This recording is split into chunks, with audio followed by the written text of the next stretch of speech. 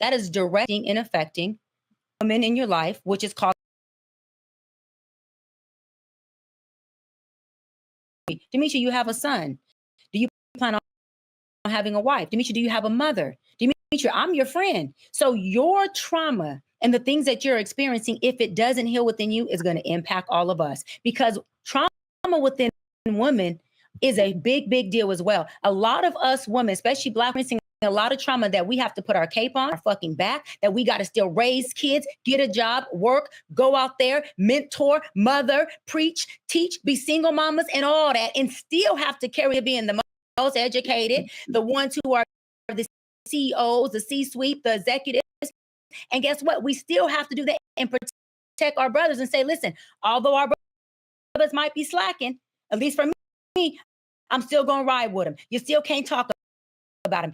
You still can't down them. You still can't be racist toward them, because I'm going to stand on minds from minds. But I'm going to have that sidebar conversation like I do Dimitri, or I'm going to have that pillow talk that says, baby, you got to get your shit together. And we got to have a plan of action to do so. But in the forefront, I have to make sure as a Black woman, I am protecting every comes, including to my women. Ways that the trauma loop has played out in your life, going from, being younger to now? Of course I do. I think that we all have trauma. And just to take a step back, I want to define what actual trauma is, okay? Trauma is an emotional or psychological response to a terrible or distressing event. And it often causes lasting negative effects on a person's functioning and well-being. So this is the thing that's really coming up for me, because when I think about the most traumatic thing that ever happened to me, it was a girl in school. She was the coolest girl I ever saw. It wasn't from my family. It was from my environment. It was from my school. And a lot of us need to understand that 95% of who and how we are is borrowed from our culture. So if you are around, what happened? So there was a girl in my school, I'll call her Jane Doe. Jane Doe was the it girl. She could sing, dance. She was pretty and she was nice. Everybody would come over. Her house was perfectly clean. Me growing up, I knew everything when I was a child. I knew I had every single answer on the planet as a 8-year-old. Of course I knew everything. And nothing different. Right. So when my parents would tell me to do things, I wouldn't actually listen. But I invited Jane Doe over, as long as the main areas were clean. Your bedroom, my mom's like, I'll shut the door. You want to live in filth? Be filthy your damn self, and that just was what it was. But when I invited Jane Doe over, she came over. She didn't stay very long. The next day when we went to school, she told everyone in school how dirty, disgusting, and nasty I was. And in that moment, what I didn't realize, that distressing experience for me, was I created a story that said, if I let you in, you'll betray me. Now, this is an example where our trauma loops will continue to circulate until you identify it and abrupt it. So I didn't know that story until I was 28 years old. And through that story, this is where I found out, or how I found that was doing this I'm sorry thing. I sent a letter to everybody that I ever wronged and everybody that wronged me, all these things. And I identified different places, but it's no wonder why I was paralyzed by my first ex-fiance. It's no wonder why, when I broke up with my boyfriend, my best friends at the time would sleep with my man right away. It was no wonder why, because I had to validate this story subconsciously that said, if I let you in, you'll betray me, right? So that's an example of a trauma loop, but it's important to just be aware of what that is. You don't have to be emotional and have a psychological response. That means it still has power over you. That's what's causing the loop. You've got to get your power back. I want to push you guys for one more sort of mental health sort of question that I think is kind of deep that Jody found for us. Roll the clip. Man that lives in America. I have generational trauma from my ancestors because of slavery. I still don't believe all of America is safe for my black skin. All of America is not safe for my black skin. And I'm talking physically, emotionally, relationally, financially, psychologically. All of America is not safe for my black skin. That's a fact. And I have a good life here in America. I love this country. It affords me a lot of freedoms. Freedoms that my ancestors had to fight for. Everything ain't bad in this country. It's just not. Unless that's the only thing I focus on.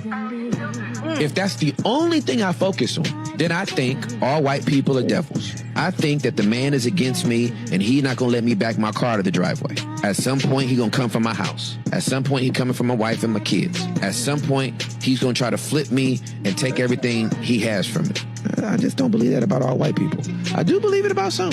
I don't believe it about all. It's just not the truth. But if I focus on it, and if that's the only thing I see, here we go, then that's the only thing the algorithm will bring.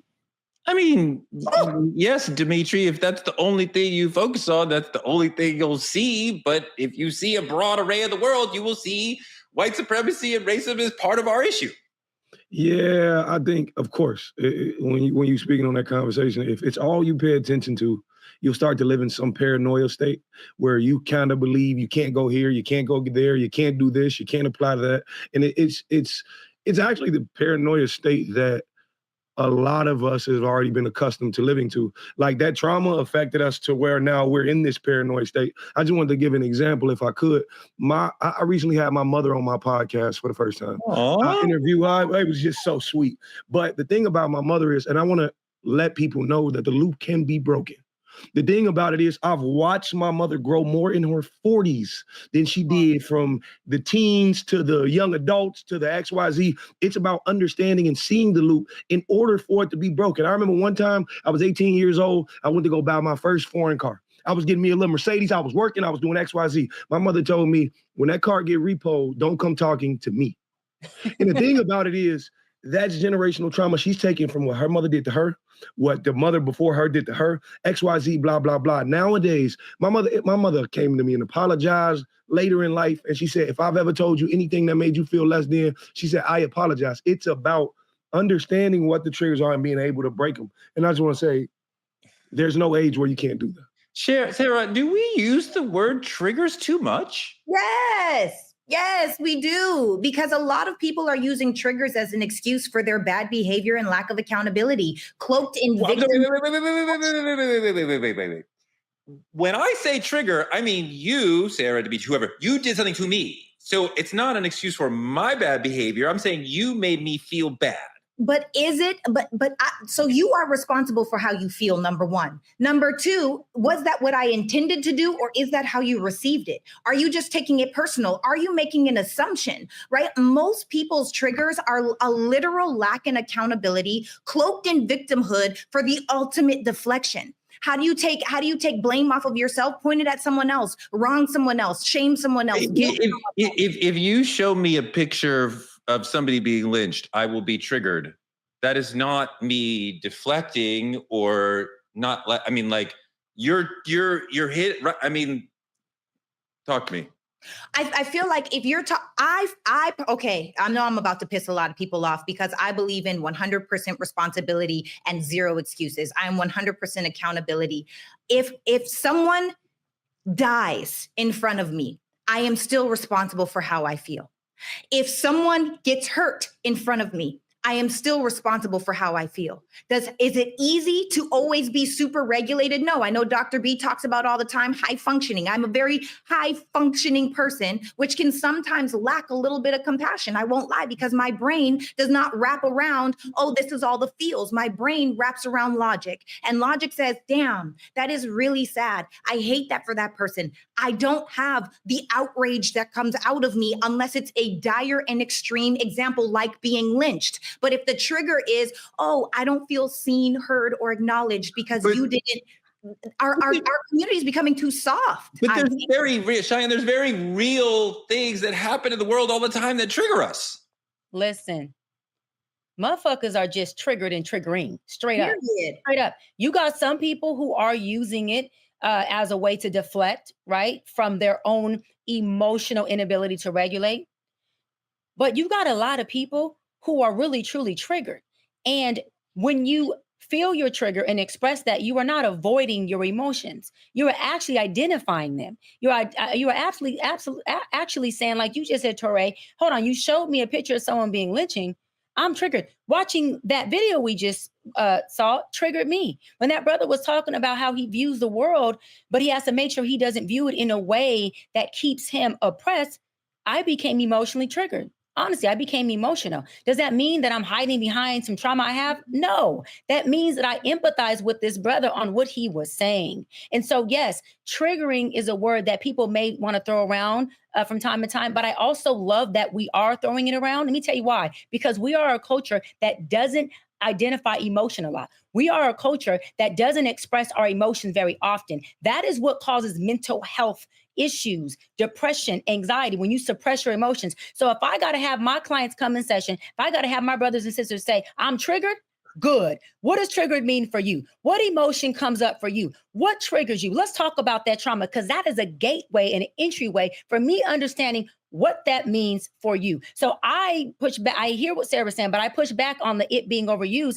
I think it's a gateway to somebody saying I'm triggered. At least they know they got an emotion that we can then identify and work with. Please let me know when set boundaries with me so I can know how to help you help yourself, so we both won't be in this motherfucker triggered. With the notion of triggering, just the idea, which was not discussed 20, 30 years ago, I just am able to understand. You said something that bothered me.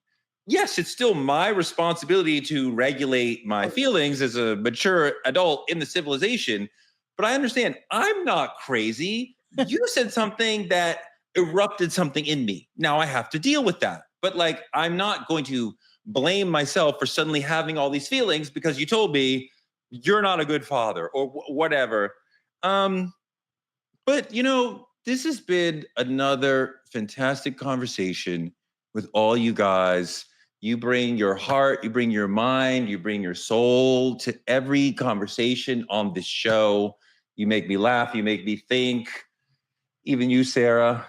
Wait, Torrey, I want to say something really quick for the folks in the comments. We're talking about triggers, y'all. I want y'all to drop in the comments what triggers you. What just gets underneath your skin? We want to hear, what is your trigger? What is it? It could be something small, like when I'm at the red light and the person just sitting there. I don't care how big or small. Write in the comments what triggered you, and we want to hear from you, because I'm very interested in knowing who triggered you, what triggered you, and I want to see how we all can identify with that. I don't like being honked at. I'm just, that's my trigger. Don't honk. Oh my God. Oh my God. I might whip your ass when I get out this car. That's just me. I'm triggered. I live in New York City. The millisecond the light changes, somebody's like, I can't even have time to tell my brain to push the gas. Like, leave me alone. I am triggered. Now I want to get out of my car and talk to you with my fist, but I'm not going to. Did you guys know that road rage is it's a sign of low emotional intelligence? Just throwing that out there. It is. It's low functioning, Sarah. It's low functioning. Once again, Truth Talks keeps it real. I really appreciate the conversation, the love, the spirit. Dimitri, Sarah, Dr. Cheyenne, Bryant, thank you so much. We're going to have amazing conversations like this every night, 8 p.m. Like, comment, subscribe on our YouTube at Truth Talks-Live. You can always watch us here in the Black Star Network right after Roland Martin Unfiltered, or at youtube.com/Truth Talks-Live. Support Black media at the links on your screen. You can advertise on this show and access our 10 million strong audience. We are here every night, 8 p.m. East Coast, West Coast. Get involved. This is the conversation you want to be having, Black America. We're going to be here every night at 8 p.m. And we have chat rooms now where you can come and hang out with the folks. Doc, tell them about your room. Listen, y'all, Doc Squad. I have my own Doc. We have our own Doc Squad room, and the lovers and the givers and the curly Torres are not invited, just us. Okay. We're going to be doing a lot of that. Get, more of the doc talk, the one-on-one with docs. I'm even going to be giving away some one-on-one sessions to y'all. And that's a place where it's a safe space for us to be community, to talk, to chat. And you all know me. I like an open book. I want you guys to be in there fluid. I want you to be in there cursing. If you don't curse, don't curse. If you're going to bring in the godly, bring your shit to the community, because the Doc Squad, we bring the fire and we keep it real. So that is a place for us, not for them other three you see on here. It's our community. So meet me in the Doc Squad room. Black media is under attack. Keep supporting us by telling a friend to tell a friend. Check us out every night, 8 p.m. EST. On the West Coast, 8 p.m. PST. I will see you tomorrow.